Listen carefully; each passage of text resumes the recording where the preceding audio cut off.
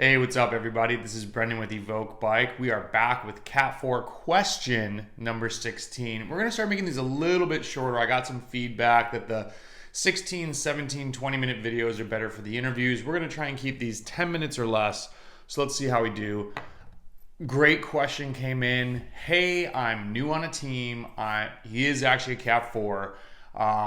What is the number one thing that I should not do to look like a fool in a bike race? And this guy's super strong, definitely strong for a Cat 4, just doesn't know the tactics and doesn't really know how to race yet. And I kind of peppered him back with some questions. He's on a big team. I think there's probably 20 plus Cat 4 5s.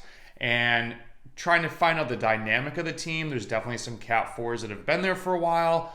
No offense to you guys, if you've been a Cat 4 for a long time, rethink some of the things that you're doing. Sometimes a lot of bad lessons are taught from the Cat 4s that have been there for a while to the new Cat 4s. And that's not a diss, it's just kind of what happens. So the new guys just do what the other people tell them to. Number one rule, everybody's heard it, don't chase down your teammate. If your teammate gets up the road in a break, you're waiting there in the group, things are going slow, you're getting bored, you don't attack to bridge to your teammate because you're most likely going to bring other people with you, and now the chance that your team wins goes down. But what I really want to talk about is, say your teammate gets up the road and he goes with two other guys, you have a 33% chance of winning. Everyone also knows this now. You're trying to follow wheels and get a free ride up to the next group. So let's say three guys take off and you latch on. So now you have your teammate and two guys up the road, you and three guys bridging. You do not work because when you get up there, you're now going to be 2 out of 7. That's less of a chance of winning. Now there's variables. You could say, well, what if the guy up the road flats? That's bike racing. You're hoping that doesn't happen. Now, what happens if you see one guy go and you latch onto his wheel? One guy might not bridge up to the three guys that are up the road and tow you along.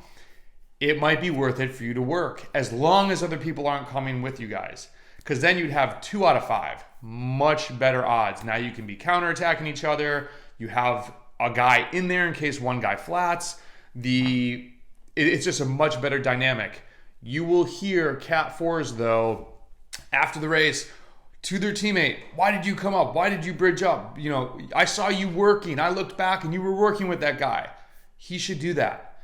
You're not just racing for one guy to get up the road. You're racing for the best possible hand to play. This is a card game, right? Like, play your best hand.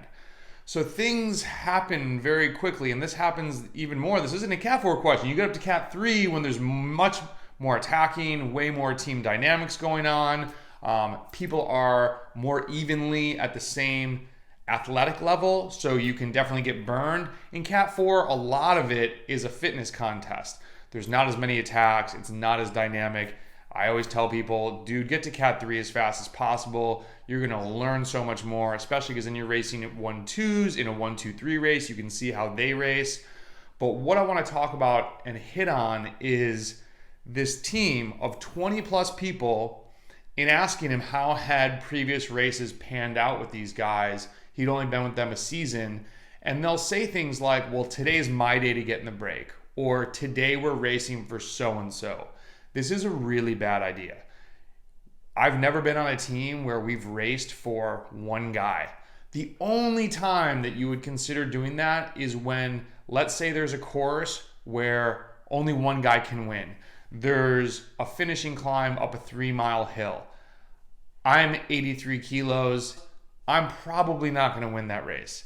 I'm not trying to go to the base of that climb in a group of 10 to 20 guys. So you want to have the conversation of, okay, Brendan, the only way that he could win is if he gets in a group of other big dudes that get up the road. We're cool with that. Or we might work to keep things together if we have a climber. If we don't have a climber, someone specifically super light that can win that from that small group that eventually shreds as you get a mile and a half up the climb, you know, we're going to be sending guys early, often, trying to force a break that gets away and stays away. This type of thing does not happen in a Cat 4 race. it's a fitness contest for a lot of these hill climb finishes. For a race where it's, a normal road race, undulating, rollers and whatnot, to pick one guy to get in the break, it causes confusion because if he's not in perfect position when guys go up the road, other guys are like, well, do I follow? Yeah, I got to follow that. And now I'm in the break. Well, am I in the break? Should I sit here? Should I work? And maybe he's going to bridge. Maybe he's not going to bridge. Maybe he doesn't feel good. Maybe he didn't eat right. What am I doing on the next lap? Bike racing, there's a million variables. You cannot say, today, this is your day, Johnny. It's all you. It just does not work that well. Everyone's super hesitant. Just go race. And the thing is, if you have somebody that is getting in the break more often than other people, that's most likely that they're just stronger. They're not going to be on your team for the next 3 years anyways. Let that person get the W's and move on and upgrade. And if they stay within the club system, hopefully they can help you along. But you have athletes that are just better than other people, and they have that knack of getting in the break or forcing a break. At a Cat 4 level, it's fitness usually. Or they're just aggressive, right? Now, if someone's getting in a break and they're always losing, then you might say, hey, that's not working for you. You need to reshift your strategy to work within the team. But to say it's not you today, it's you, now all the pressure's on this one guy. Stop doing that to somebody. Rather, if you have 10 guys at a race, immediately 2 or 3 guys should be going up the road. Make everybody else chase. 2 or 3 guys are counterattacking. Make everybody else chase. Eventually, some of your guys are going to get away, and you're going to have that really good hand to play. You're going to have 2 guys in the break, 3 guys in the break. When you have that many people, you even say, we are not working in a break when there's only one guy. If I get up the road and I'm with 3 other guys, forget it.